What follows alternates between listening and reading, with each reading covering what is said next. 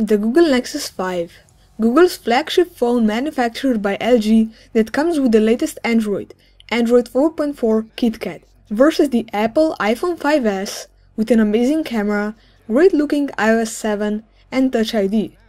What's up everyone, my name is Ben and this is my full comparison between the Google Nexus 5 and the Apple iPhone 5s. So let's kick things off with a quick look around both phones.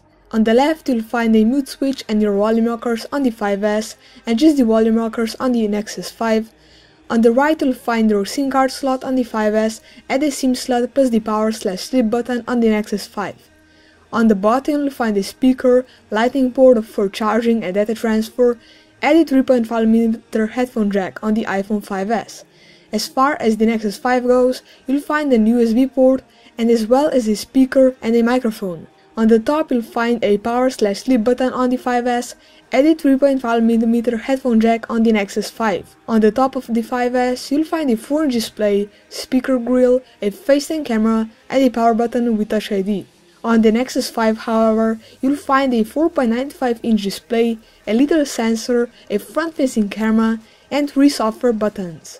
As far as dimensions go, the Nexus 5 is 137.9mm tall, 69.2mm wide and 8.6mm thick, and the iPhone 5s is 123.8mm tall, 58.6mm wide and 7.6mm thick. The Nexus 5 is slightly heavier, coming in at 130 grams, while the iPhone 5s only weighs about 111 grams. When you buy the Nexus 5 you can choose between 16 and 32GB variant in black or white, but when it comes to the 5s you can choose between a 16, 32 and 64GB variant in space gray, silver or champagne or gold as many people call it. The screen on the Nexus 5 is absolutely fantastic. It has a resolution of 1920 by 1080 and a PPI of 445.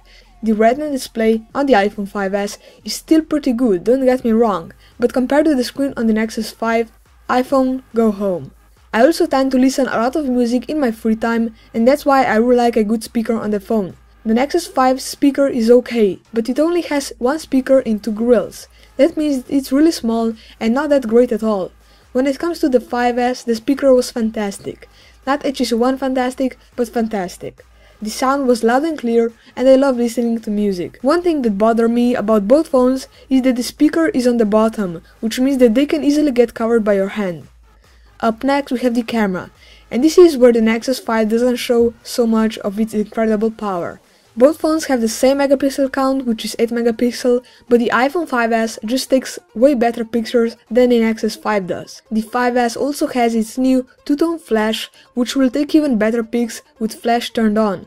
Both devices also have a front-facing camera, which is a 1.3 megapixel camera on the Nexus 5 and a 1.2 megapixel camera on the 5s. Now I have to say that I have been enjoying both operating systems, and I have come to a conclusion that you need to decide between a simple and less customizable OS that will just work all the time, in this case iOS 7, or you want to do some more advanced stuff and customize your device a bit more, in this case go with Android.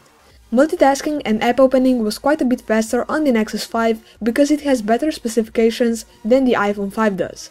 Multitasking on the 5s was okay, but I found a bug in iOS 7.0.4 which caused quite a bit of lag. As far as the specifications go, the Nexus 5 packs a quad-core 2.3 GHz processor, the Adreno 233 GPU, and 2GB of RAM, while the 5s comes with a dual-core processor, 1GB of RAM, and a special 64-bit architecture and a motion processor, which is why this phone flies through apps. The battery life was surprisingly good on the Nexus 5 with medium usage. The phone lasted me 2 days, which is pretty good for a Nexus 5. I also had my brightness on auto brightness because I wanted to kill the battery, but the battery was just keep holding up, so yeah, definitely surprised about the Nexus 5 battery life. But when it comes to the iPhone 5s, the battery was just terrible. The battery barely lasted me a day with medium to high usage, and to be honest, I don't know why. Usually iPhones have a pretty good battery life, but who knows, maybe it was just my model. At the end of the day, everything comes to a personal preference.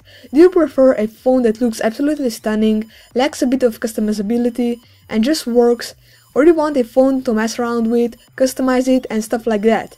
In my opinion, I would go with the Nexus 5 just because I love Android and messing around with my setup. Anyway guys, before we wrap up, I want to say thanks to Telekom Slovenia for providing the Nexus 5 and to C-Mobile for providing the iPhone 5s. Anyway, don't forget to like, comment and subscribe for more high quality technology content.